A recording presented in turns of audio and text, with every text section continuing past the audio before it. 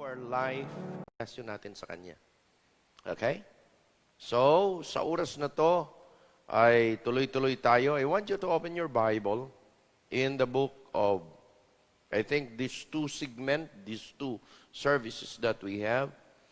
Okay? Sa Sunday, hindi ako makapag-preach. So, I'll be preaching a message that really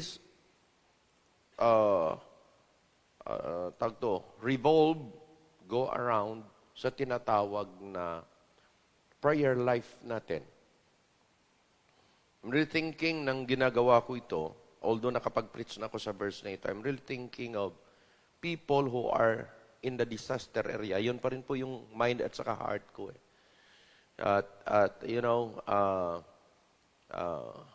Kailangan talaga ng continual prayer at mapalalim pa natin ang prayer life natin mas maigi. Amen? This is talking about Jabez.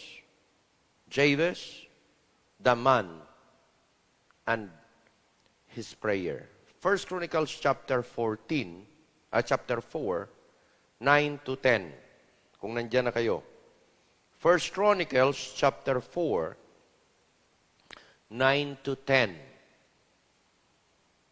Nandyan na ho ba? Kayong mga nasa bahay, buklatin yung mga Bibles ninyo. 1 Chronicles chapter 4. Mga viewers natin, tingnan po ninyo if you have your Bible, 1 Chronicles chapter 4, verse number 9 and verse number 10. Ito ang sabi sa verse number 9. And Jabez was honorable than his brethren. And his mother called his name Jabez, saying, because I bear him with sorrow. And Jabez called on the God of Israel, saying, oh, that thou wouldest bless me indeed, and enlarge my cause, and that thine hand might be with me, and that thou wouldest keep me from evil, that it may not grieve me. And God granted him that which he requested. Okay?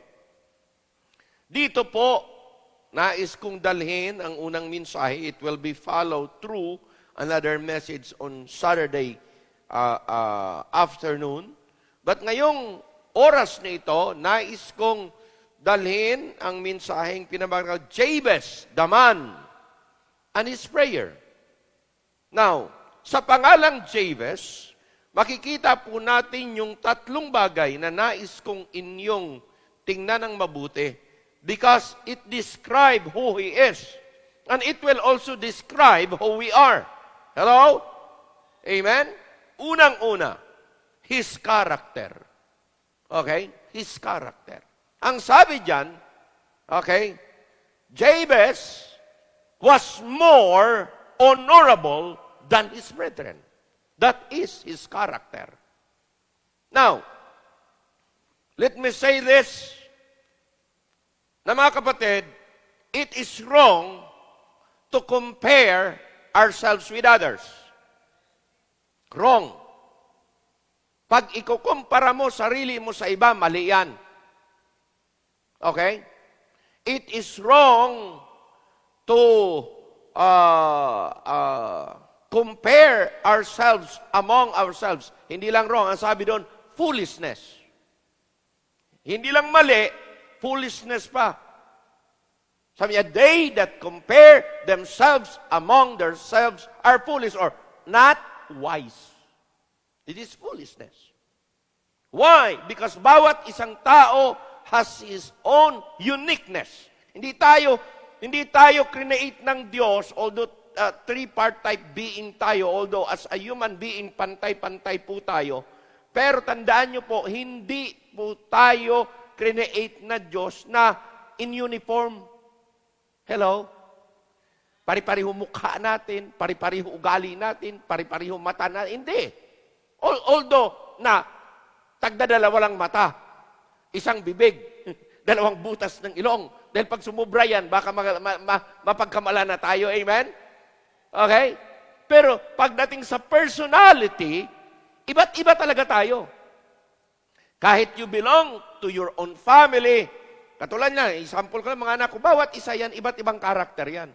At hindi nyo pwedeng ikukumpara. Hindi sila pwedeng magkumparahan sa isa't isa kasi magkaiba talaga sila. Amen? Amen? Ngayon, sa amin po, siyam kaming magkakapatid, babae, lalaki. Pero maniwala kayo, iba't iba ugali rin. Iba't iba ugali. So matuto kang tanggapin mo kung ano ang kapatid mo. At tanggapin ka rin niya. Amen ba? Okay? Ngayon mga kapatid, it is wrong. It is wrong. Tandaan nyo sulat niyan. It is wrong to compare ourselves with others. It is foolishness. It is wrong. It is foolishness na ikukumpara mo sarili mo sa iba. Kaya sabi ng Panginoon, naalaala yung 2 men went into the temple and pray. Okay? Ang isa Pharisee, isa publican, ang sabi doon ang Pharisee, sabi niya, pasalamat ako Panginoon, na ganito ang ginagawa ko, ganito ang mga accomplishment ko, tapos hindi ako tulad niyan. Pero he was cursed out of that, nang iniwan niya ang temple. Pero yung isa, bakit po? Makinig maigi. Once that ikaw, as a human being, nasanay kang ikumpara mo ang sarili mo sa iba, you are becoming proud na tao. Pride yan. Hello?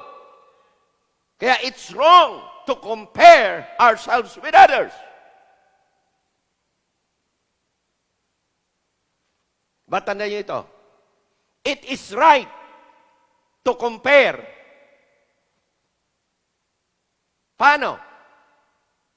Alam niyo ba may tamang comparison? It is always right when God compares. Pag ang Diyos ang nagkukumpara, tama talaga yan. Hindi yan mali. Pero pag ang tao magkukumpara, mali yun. Why? Because when God say, He is more honorable, kinumpara dyan siya But it was God who compared, not Himself. Hello? Amen? Sabi niya, Jabez, his character was this, more honorable. Pag ang Diyos magkumpara, tama. Pag ang tao magkumpara, mali. Amen? Learn that lesson. Amen ba? Why? Because ang comparison ni God is talking about commendation. Kinukomend niya itong taong ito. Now, tanong, yung nag-humble himself, yung publican, tanong, kinomend ba ni God? Hindi. Commended. Kaya justified nung umalis. Tama, hindi. When God compares, He commend. Lagi yan, ganun. And when God compare, He curses. Sino may karapatan noon? Diyos. Tao, wala. Amen? Kaya dito po sinabi ng Panginoon, this man Jabez was much better. He was an honorable person. Alam nyo, pag yung isa-saturate yung word na honorable, ay ibang klase yan. Yan yung tao na kung saan, pagdating sa mga matatanda, ino-honor niya mga matatanda. Ayan, honorable. Amen? Pagdating sa authority, ino-honor niya yung authority. He is honorable. Tama, hindi? Amen? Pag nilapastangan mo ang iyong authority, pag nilapastangan mo ang iyong mga magulang, kahit gaano ka pa imperfect niyan, you are dishonorable. Hello? But this man is honorable. God ang nagsabi yan, kaya hindi pwede na yan ay sasalungatin. Yan po yung kanyang karakter. The character of this man, Jabez, he was an honorable person. More honorable than his brethren.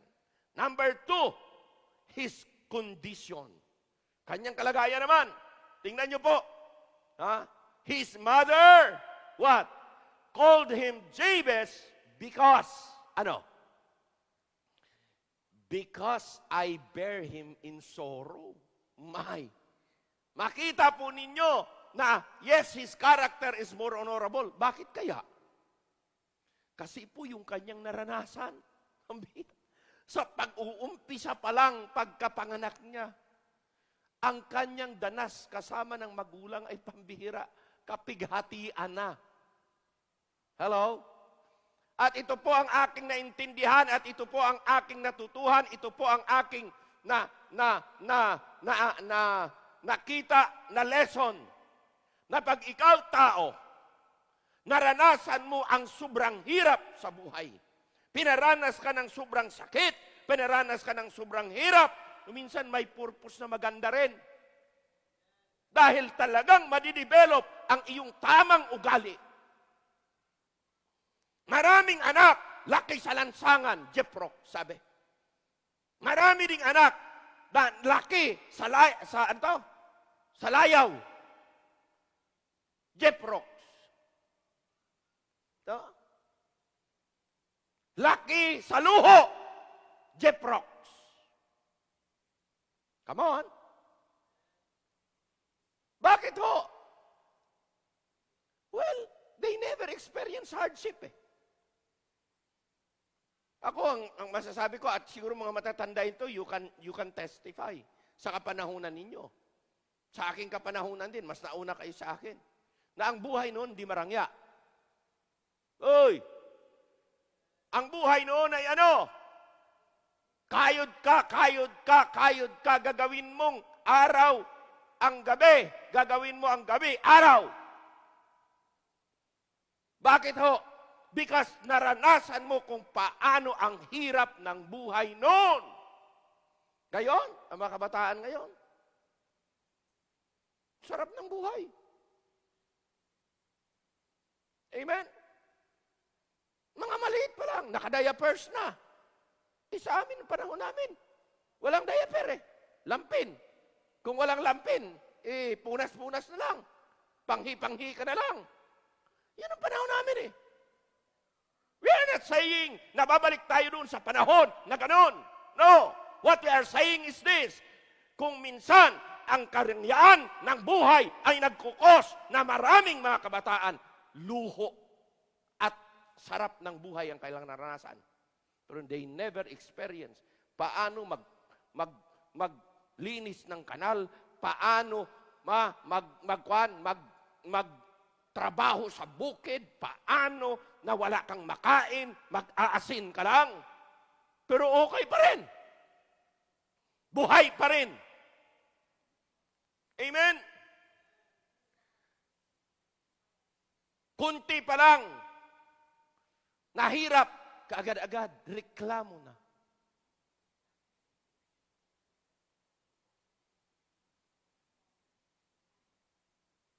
Yung mga kabataan ngayon, kumpleto kayo sa gamit. Kung kita kaliit-liit pang bata, hindi pa marunong magsalta, pero pambira, alam na magalikot ng computer. Mahal yan, kala nyo. Malam na mga likot ng cellphone, mahal yan. Sa aming panahon, walang cellphone. Ang aming mga laruan, kahoy. Yari sa kahoy, yari sa lata. Yung aming mga kotse-kotse, o ano yan, hinihila-hila. Oh, ganyan buhay.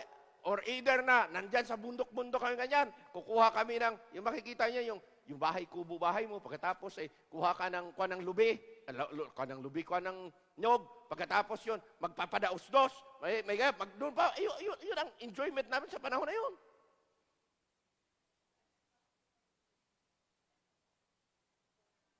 Pero we learn from all of those things. Kaya naghangad kami, hindi kailangan magsayang ng oras, hindi kailangan magsayang ng panahon, kailangan mag-aral ng mabuti, kailangan magsikap, kailangan mangarap akong talagang out, I will be out of this less fortunate life. Ganon. Yung iba, nakagisna na, naka-aircon na, may magandang bahay na. Lagi nilang pera. Money here, money there. Tama hindi?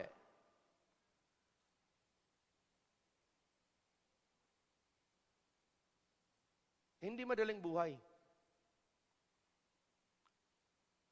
He was born in sorrow and difficulties, pero it developed his character. Hello? Lalong nahirapan, lalong nag-grow up sa kanyang pang-ugaling maayos.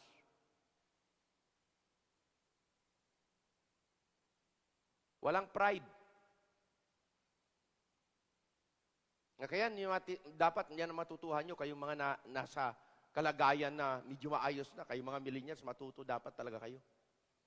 Bakit? Hanggat hindi nyo natutuhan ang kahirapan ng buhay, hindi kayo matuto sa buhay.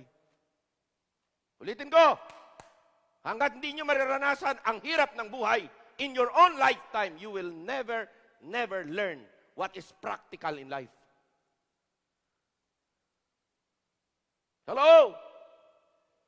Ano mga anak natin ngayon sa panahon na ito? Sige. Ano mga anak natin sa panahon na ito? Anong luto? May pagkain ba? Wala.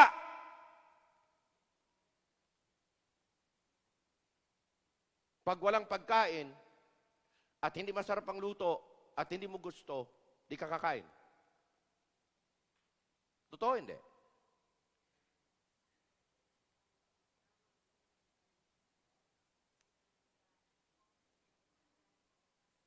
Sana yung mga batang nanonood, pakinggan niyo ako.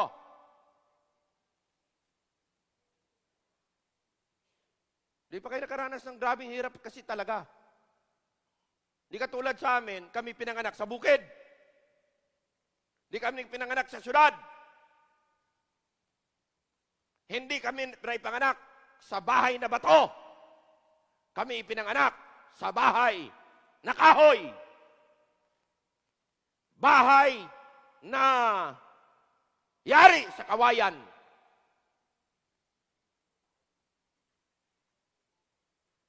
Kaya dapat ang mga kabataan sa panahon na ito, they ought to be people and they ought to be children that should be grateful to their parents.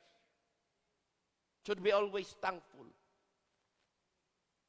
I really appreciate na yung mga parents natin dito sa ating simbahan, ngayon na matatanda na ang kanilang mga nanay, magulang, ay they were the one who spent para sa birthday. Amen. Naranasan. Kaya alam mo, palad kayo sa mga anak nyo. Yun dapat talaga ang maintindihan ng mga millennials. Bakit po? Sa sobrang hirap ng dinanas ng mga magulang noon, dapat pag kayo matindi na ang mga buhay nyo, matuto kayo. I-honor. Hindi na dapat ipagsabihan. Bakit po? Turo naman talaga ng Bible yan. He was born in sorrow. He was born in difficulties. Karamihan dito sa mga millennials, born in prosperity na. Maayos na. Because ang kanilang mga magulang nung panahon na yun, naghirap talaga para makapamuhay ng hindi na sa level na ganun before. Tama, hindi? Amen? Bakit? Desire naman talaga ng mga magulang yun eh. Kaya sa panahon na ito, dapat, yan yung karakter niya. He was more honorable. He is always a person with that honors. Okay? Ano pa? He is a person that was born in difficulties. That's why his character, his spirit was developed well. Amen? Tandaan nyo, importante yan.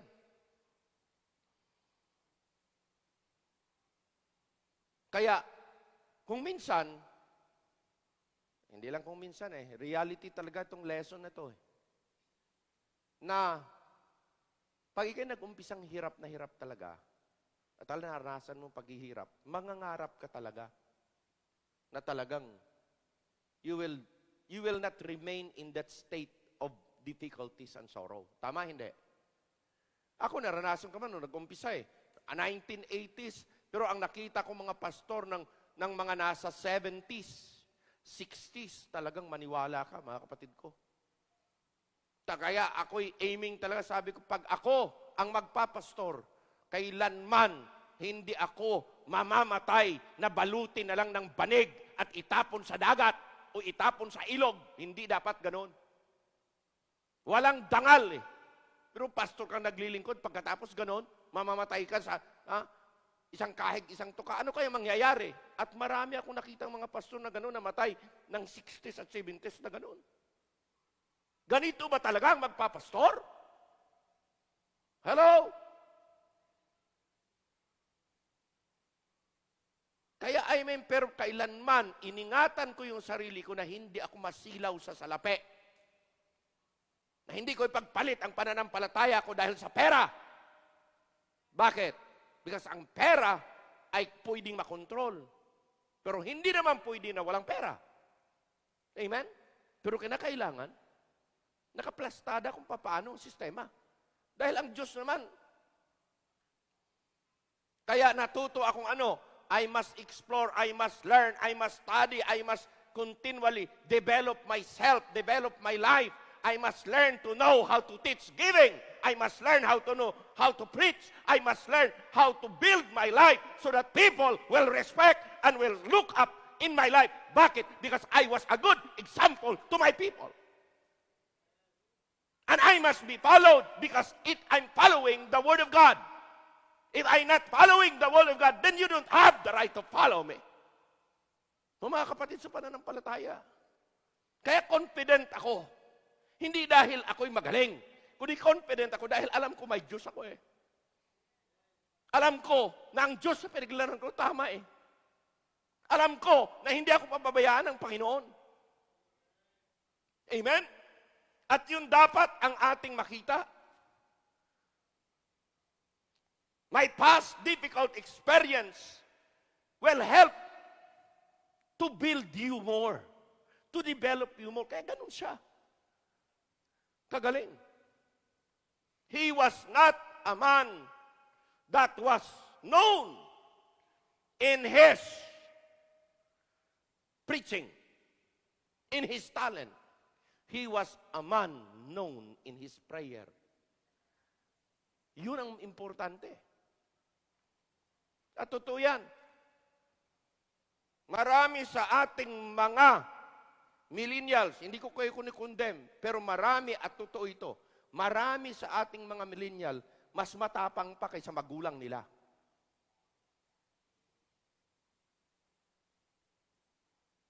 Kaya sabi ko, itong mga anak ko, subukan yung tumapang kay sa akin. Di na ako bibigyan ng kahiyan.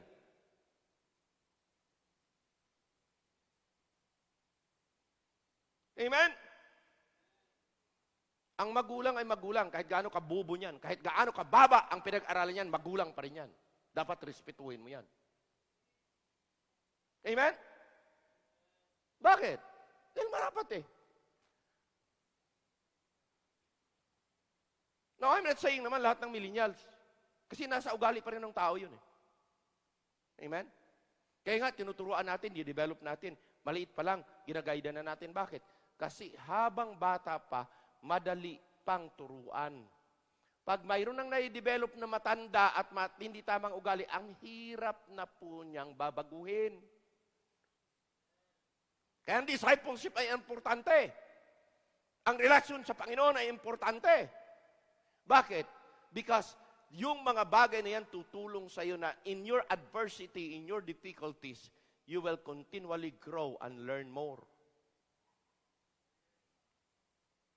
Ito, sabihin ko na sa inyo, kayong mga millennials, huwag nyo akong pagmalakihan. Huwag nyo pagmalakihan yung mga magulang nyo. Dahil kayo mas maraming pera kaysa kanila, huwag nyo pagmamalakihan kami ng pera. Amen? Dapat pag kayo mapera na, tulungan nyo una magulang nyo. With humility pa rin. Hello? Bakit? Dahil ang paggalang at pagtulong sa magulang, biblical way yan to honor them. Oh.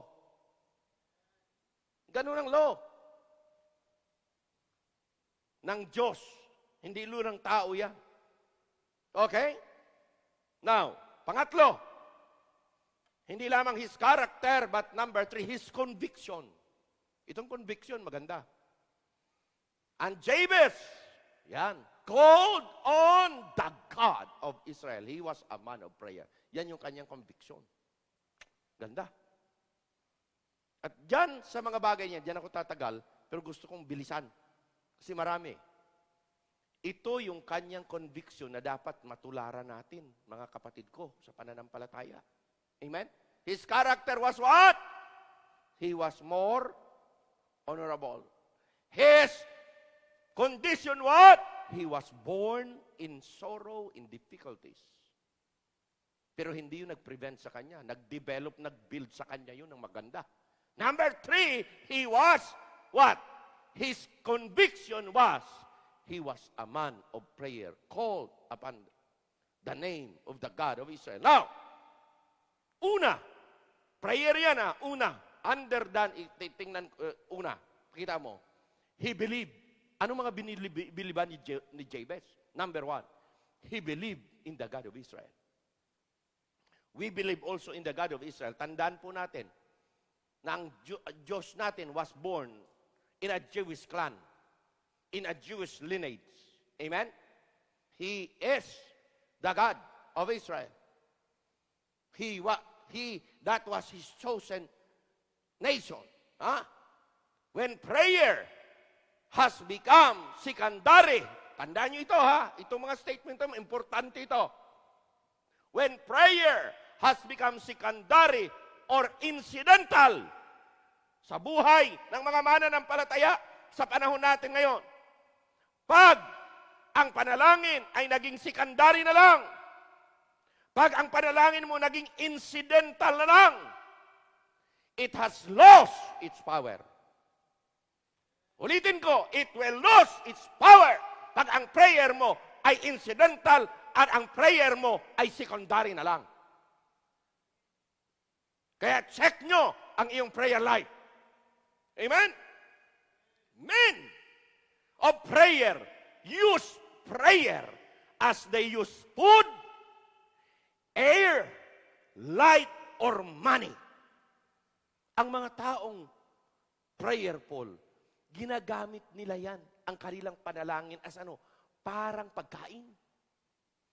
Ilang beses ba tayo kumakain sa isang araw? Many, many times. Amen? Hindi lang 3 times, many times. Aba, gamitin mo yung prayer na ganun din. Parang pagkain. Ano pa? It is like what? Air. Ilang beses ka nag-inhale, exhale sa buong araw? Sige nga. Nasubukan na ba ninyong magbilang? Mula pagkagising mo, inhale, exhale. Gano'n kayo karami, no? Ha? Gano'n kayo karami? Hindi mo mabilang eh. Hindi ko mabilang yung inhale, exhale ko eh. Dahil ang aking sinisigurado lang, kailangan ang paghinga ko ay magaan. Okay. Di ba? Men of prayer use prayer like what? Like the air. Like the food. Ano pa? Like the light.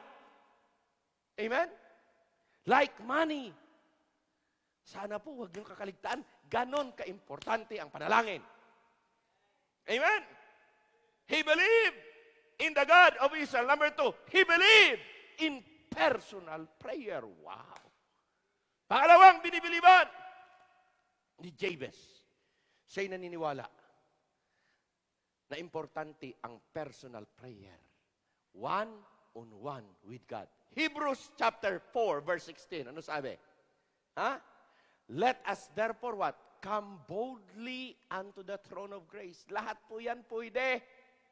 That we may obtain mercy and find grace to help in time of need. Ang ganda eh. Kaya, tuloy lang. Let us be bold enough. Let us be confident enough to go to the throne of grace. Bakit? Nandoon yung mercy. Nandoon yung grace. Na siyang ating present need sa araw-araw. Pambihira yan. Kaya, pangalawa, conviction niya ito ha, he believed in the God of Israel. Number 2, the true God. He believed in personal prayer. Amen? Kaya tandaan nyo, ang mga totoong prayerful na tao, ginagamit nilang panalangin parang ano? Parang hininga, hang. Parang liwanag. Parang pagkain. Amen? Kaya mga kapatid ko, ganun kahalaga ang panalangin. Ganun ka-powerful ang panalangin. Wag mong inineglect, wag nyong i-reject yan, wag nyong forsake yan. Number 3, he believed only God could bless him. Yan. Sa'yo naniniwala na it is only God that could bless him. Bakit po? Ingat kayo. Hindi po lahat ng blessing galing sa Diyos. The devil can bless you also. Pero you will do sin. You will commit sin in doing that and obtaining those things. Those money. Kaya ingat. Pag mali, hindi pwede. Sa demonyo yan galing. Hindi yan sa Diyos. Amen? Pero siya naniniwala na ang tamang pagpapala, tamang blessing, ay manggagaling yan sa Diyos lamang. Wala nang iba. At ang sabi ng Bible ay ito, okay, God's blessing ay ano? Ang blessing ng Diyos, wag ito ay kanyang ibinigay, ay without sorrow with it. Wala pong, hindi po madugo. Hindi po may kalungkutan. Magkaroon ka nga ng blessing, pero pambihira. Nag-create naman ng away, nag-create naman ng sigalot, nag-create naman ng problema. Hindi blessing yan. Galing sa Diyos. Because ang blessing galing sa Diyos without sorrow. Amen? So yan, if we want to see mighty works, wonders, okay? The prayer power has never been tried in its full capacity. Wow. Ito pong statement, maganda. Na-bless ako dyan eh. Ganun pala. Sabi nga, never before na ang power of prayer na try in its full capacity. Wala pa raw. Kaya iniisip ko, sa prayer ko, ilang capacity pa lang? Para bagang, di ba may kasabihan na, ang mind daw ng tao, ang nagagamit pa lang ay ilan? 20%. Ang 80% hindi nagagamit. What if kaya magamit mo yung full potential ng iyong mind? 100%. Bambira, no? Amen? Pero tandaan niyo po ito, maganda to, na may nagsabi na never before na ang power of prayer was used in its full capacity. Wala pa. Kasabi ko, saan pa lang kaya ako banda? Baka ang nakagamit ko pa lang sa prayer life ko ay nasa 5% niya pa. Ang 95% hindi pa natatats. Hello? Hindi pa eh. Kaya sabi ko, pambihira ito, maganda. Amen? If we want to see mighty wonders of divine power and grace wrought in the place of weakness, wrought in the place of failure, wrought in the place of disappointment, let us answer God's standing challenge. Ano yung standing challenge ni God?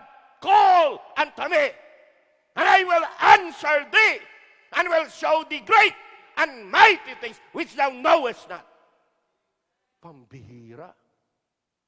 Alam mo mga kapatid, habang ginagawa ko mensaheng ito, tuwang-tuwa ko eh. Lord, wala pa. Mayroon na kaming mga bagay-bagay na nakikita. It is your working. Pero hindi pa talaga in full capacity ito. Marami pa akong makukuha rin eh. Amen? Marami pa, madadagdagan pa ito. Madadagdagan pa ng kapangyarihan ni God. Why? Saan mo makukuha yan? By getting the power. Saan man gagaling sa Diyos? Hindi galing sa kanino man. Hello? Kaya huwag niyong kakaligtan yung statement na yan.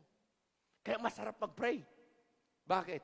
Panginoon, hindi pa yata ako umabot sa 50-50 power mo. Hindi ko pa nadodraw yung 50% ng power ng prayer eh.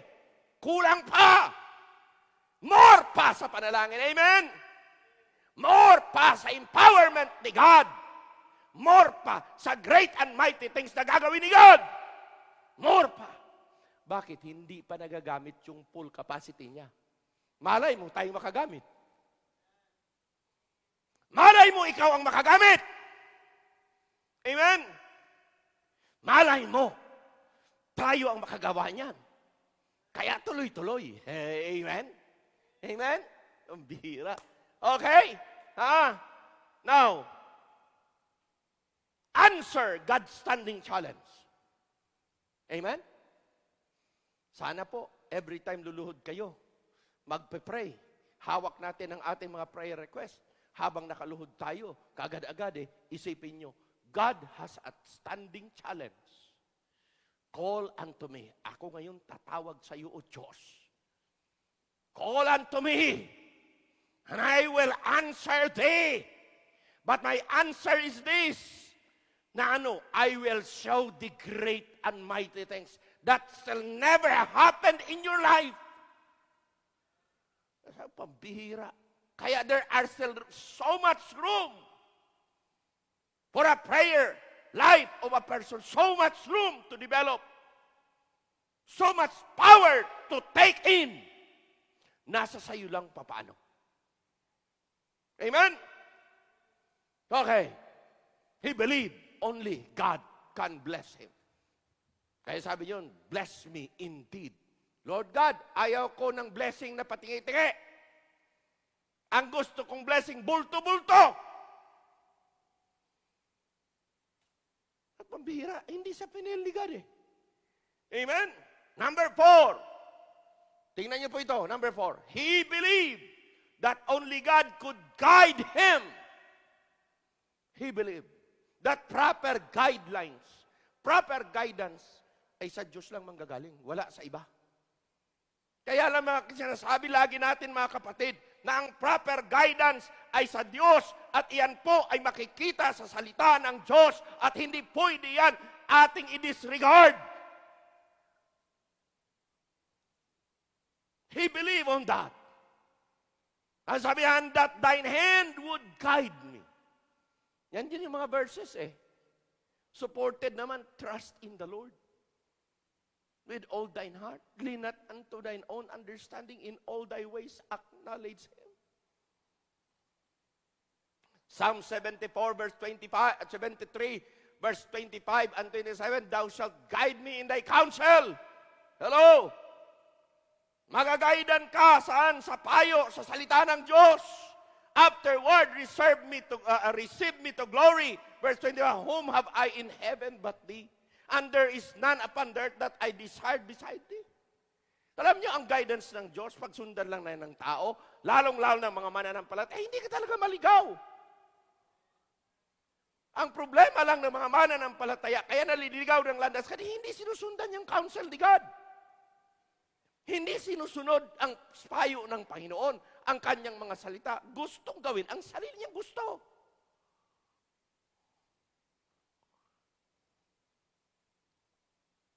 Iba nga, makinig maigi. Totoo ito. Ang iba nga ayaw na makinig sa sabi mo. Ayaw na nilang mapakinggan yung pastor na nagpipreach. Bakit po? Natutulig na ang kanilang mga tainga. Dahil pag nasagi ang kanyang mali, aalis.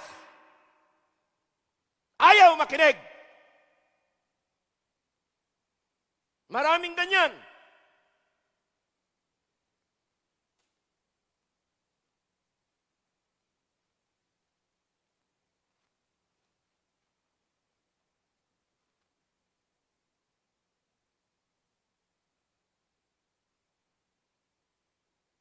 At dito sa simbahan natin ito, sabihin ko siya, may nakikita ako ganyan ugali. Pag nagturo ako ng giving, ayaw makinig. Alam ba ninyo, na starting nung ako nagtuturo, ay tinitingnan ko kung sinong nagpa-participate. Anyway, sa atin naman mga kapatid hindi naman tayo nagkukota. Kusa tayo. Pero I'm saying it. Ang malungkot ay ito, yung tao, yung matanda na walang-wala, pambihira makikita mo. Dadaigin niya pa itong taong itong may trabaho. You know, what I'm talking, naintindihan ba ko sabihin? Hindi naman ako nagkukumpara, pero mga kapatid sa pananampalataya, mas maluwag ka. Kung mas maluwag ka, ito, hindi ka maluwag, pero sige lang, kahit na papaano. Alam niyo mga kapatid, na-appreciate mo yun eh. Pero ito ang luwag-luwag mo. Ang gara ng mga mayroong ka, pagkatapos hindi ka marunong magbigay, nakakahiya eh. Tama, hindi? O, pagsabihin mo, hindi makinig. Ginagawa lang nilang church, place to visit. Ako naman, sawa na ako sa pagtuturo, napilitin pa kitang magpunta sa simbahan. Bakit? Dumating na tayo doon sa level na walang pilitan dito. Magsimba ka kung ayaw magsimba, wala kang magagawa. Wala akong magagawa. Amen? Magbigay ka kung magbigay, kung ayaw magbigay, wala. Pero kami na magbibigay kami. Amen? Tuturo ako ng prayer, basta kami mananalangin. Ayaw mo mag-pray, ikaw. Hindi naman kita pipilitin. Kasi sa pagpipilit talaga. Pero alam nyo mga kapatid, ikaw lagi pupunta sa simbahan pag may mali ka, lagi kang tatamaan eh. And you feel guilty. Kasi gigilty ka talaga ng Holy Spirit. Tama, hindi? Pero ibig ba sabihin yung pinipersonal ka? Hindi. Bakit po? Bago ako magtuturo ng giving, ako muna magbibigay eh.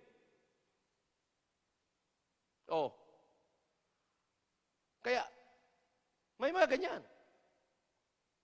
Turo ka ng submission. Mayroong iba, hindi makinig. Turo ka ng loyalty, mayroong talaga hindi makinig. Kaya alam nyo, dumating ako doon sa punto na sabi ko nga, hindi na ako magpo-focus dyan sa mga yan. Dahil pag magpo-focus ako dyan, lalo lang ako maririndi. Lalo lang ako maapektuhan. Lalo lang akong tanda na ako eh. Babaunin ko wari sa pag-retired ko, sa hukay ko, ang sama ng loob. Wag na. Amen?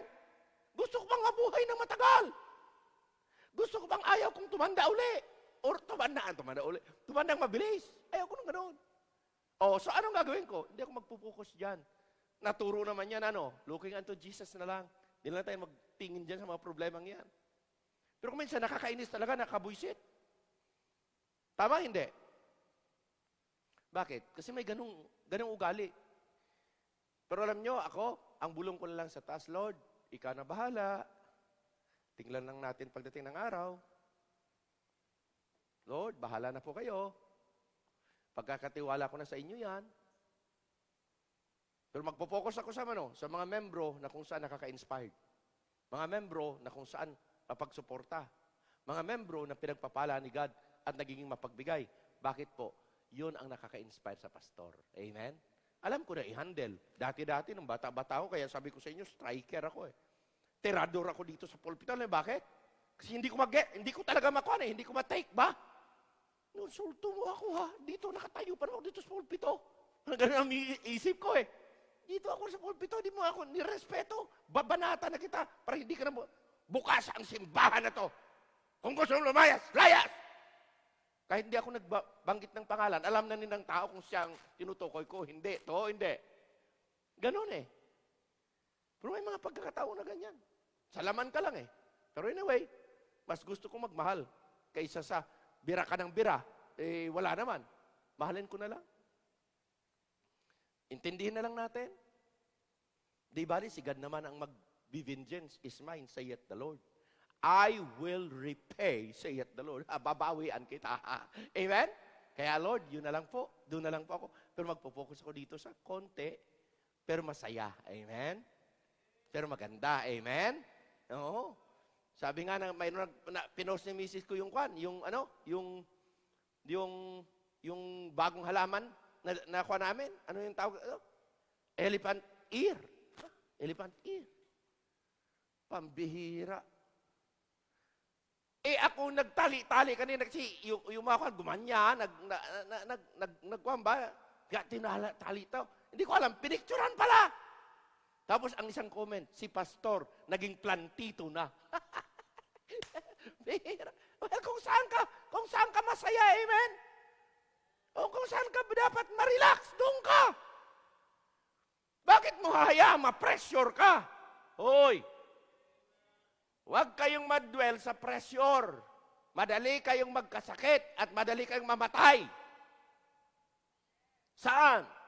Dwell ka doon sa maganda, doon sa gusto mong gawin. Nako, nagustuhan ko yung post ni Sister Dolor eh. Ba, maaga pa? Napansin ko talagang tinupad ni Sister Dolor yung kanyang one. Pero maganda. Bakit po? Nakaka-relax eh. Kaya ganun din spiritual, focus on the good things. Focus on God. Kaya sabi niya, set your affection on things above, looking unto Jesus. Bakit po? Kasi yun ang mag-aalis ng ating stress. Yun ang mag-aalis ng ating unenjoyed life. So pag mag-focus ka sa taas, ay pambira, mag-i-enjoy ka kahit anong problema mayroon ka. Amen?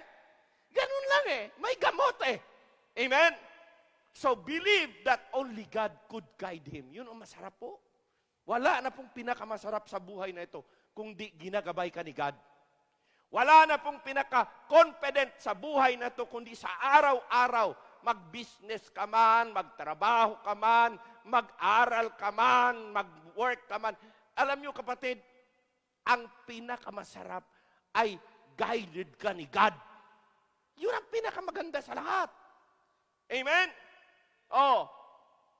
Next, number 5. He believed that only God could save him from all evil. Kaya sabi diyan, and that he would escape me from Lord. Ilayo mo sa akin ang lahat ng kasamaan na yan. Lahat ng kamunduhan na yan, alisin mo yan sa akin, O Lord. Amen? I-preserve mo yung buhay ko, ingatan mo yung buhay ko, i-guide mo yung buhay. Nandun yan sa prinsipyo niya eh. Sa conviction niya. Eh pag ganyan ang buhay mo sa palagay nyo, madi-discourage ka? No way. Madadown ka? No way. Bakit? Because you have put your trust and confidence in the living God who is the all-powerful God, limitless God, almighty God that can do all the favor and turn all the favor to you and to me as His child. Salamat sa Diyos. May ganyan tayong basis sa kanyang mga salita. Na-claim niya eh. Kaya sabi ko, pambihira. Masarap ipanalangin lagi ang Jabez prayer. Kaya huwag niyong kakaligtaan ang Jabez prayer sa panalangin niyo panghuli. Lord, I claim like Jabez prayer. Amen, amen, amen. Okay? Next. The one concern, tingnan niyo po ito maganda to. Ang talagang concern ng demonyo, ito, makanig kayo maigi. The one concern of the devil is to keep Christians from praying or skip praying. Yan lang concern ng demonyo kasi hindi naman na tayo maalis sa Panginoon. Pero ang hangad at gusto ng demonyo na tayo hindi magiging mapanalanginin, hindi tayo maging consistent sa ating panalangin, or ating skipan or on and off ang prayer life natin. Yan ang gusto ng demonyo. Are you listening? Yan ang gusto ng demonyo. Wala siyang pakialam. He fears nothing from prayerless studies. Hindi siya natatakot. Kung aral ka ng aral, gagaling tataas ang dunong mo, wala siyang pakialam dyan. Yung yung studies mo na yan, kahit na ano pang maabot mo yan, pero, hindi mo naman pinalangin yan, hindi naman nakasentro siya dyan, wala siyang pakialam dyan, hindi takot ang demonyo dyan. Kahit na mag-accomplish ka pa. He fears nothing from prayerless studies. He fears nothing from prayerless work. Trabaho kayo ng trabaho, baka ng trabaho. Sige, tira kayo ng tira sa trabaho. Pero wala namang panalangin. Walang pakialam demonyo dyan. He fears nothing from a prayerless service. Paglingkod ka ng paglilingkod, pero hindi ka naman nagpe-pray. Hindi mo matatakot ang demonyo dyan. Wala siyang pakialam dyan. Because it will just be merely what? Pretension na paglilingkod. Amen? He fears nothing from prayerless life. Di rin siya natatakot. Pag ang buhay mo, hindi sapak, hindi puno ng pananalangin. Di yan. Alam mo anong gagawin niya? Pagtatawanan ka lang. He will just laugh at our toils. He mock at our wisdom. He undermines our talent. Tatandaan niyo ito. But he trembles. He trembles when we pray. Doon nayayari ang demonyo. Sana maintindihan nyo yan. At sana titingnan nyo ganyan sa eryang ganyan. Dahil pag hindi nyo gagawin yan, at walang prayer ang inyong lahat ng ginagawa, dali ka lang tirahin ng demonyo, buwag ka kaagad. Dapa ka kaagad. Pag intact ang prayer life mo, and very strong yung kapit mo kay God, kahit ano pang gagawin ng demonyo. Kahit tirahin ka pa niya sa iyong pag-aaral, kahit tirahin ka pa niya sa iyong trabaho, kahit tirahin ka pa niya sa iyong business, kahit tirahin niya ka pa sa anumang area, pag ang kapit mo sa Diyos matibay, hindi ka mabubuwal at hindi ka mapadapa. Amen? He tears and trembles when we pray. I hope and I pray na ganyan ang life ng bawat isa sa atin. I hope and I pray na ganyan ang buhay ng bawat isa sa atin. Kayong mga nasa tahanan, kayong mga nanonood, sana ganyan. He fears nothing from prayerless studies. He fears nothing from prayerless work. He fears nothing from prayerless service. He fears nothing from prayerless life. He laughs at our toils. He mocks at our wisdom. He undermines our talent. But he trembles when we pray. Tumayo tayong lahat. Tumayo tayong lahat. Manalangin tayo. Review your individual prayer life. Like Jabez. Amang manal na kilang Diyos. Kami ang Diyos na kailangan ang araw-araw na panalangin. Kami o Diyos, kailangan na manalangin sa iyo araw-araw. Kailangan naming i-practice more deeply ang prayer life namin hanggang dumating sa punto na ito ay aming continually ma-enjoy.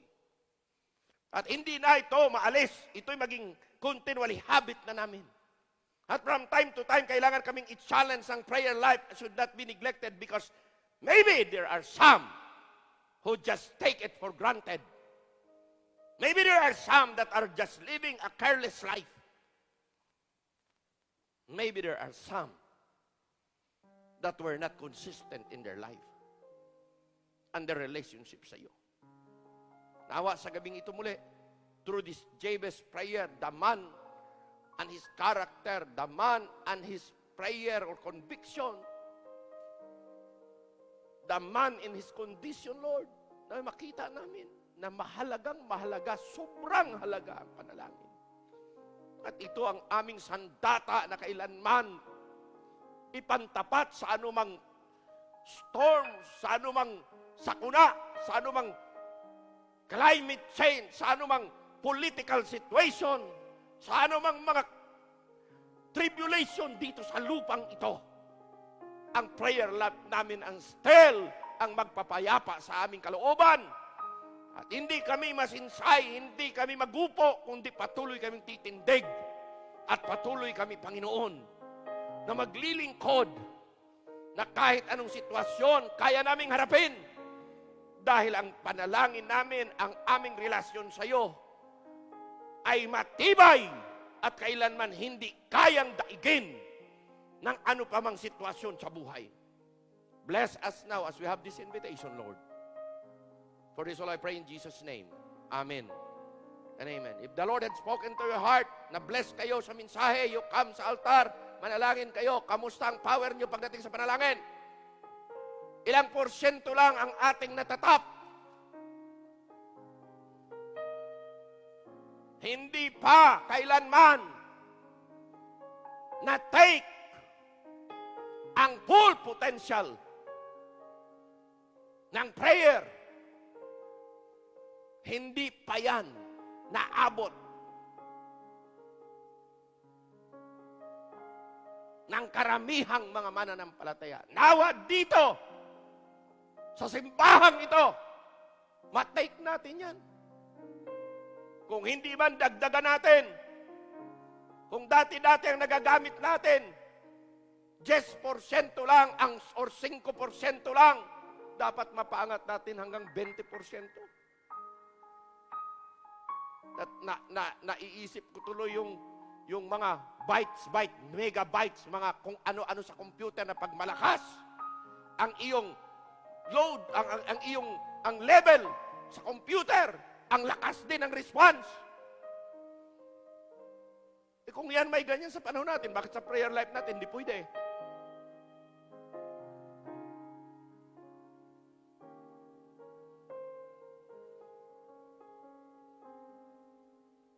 Na yun ang koneksyon natin sa Diyos.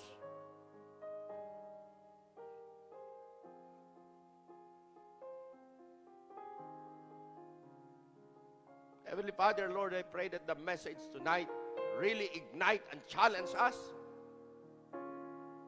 to do better than our prayer life before. At ang aming kasidian, ang aking pagnanasa, ang aming init, ang apoy ng paghangad ng revival, ng apoy, Panginoon, ang puso namin ay nandyan. At hindi man lamig. Dahil sa panahong ito, umaatikabok na mga pagsubok mula sa 2020. Salamat o Diyos na nakatindig pa rin kami. Salamat o Diyos na kami ay pasulong pa rin lumalakad. At Panginoon, it is only by your grace and by your mercy. It is only by your power that we can stand strong. It is only by your strength that we can keep on moving forward, following your will and following your standard. Bless us, Father God. Help our people to have that heart, a burning heart, para paglilingkod namin, hindi namin i-take as an ordinary service, but it will be always taking care as a special one for thee. Bless all of us. Kiniklaim namin at pinabalik ang lahat ng papuri sa inyo in Jesus' name. And all the people say,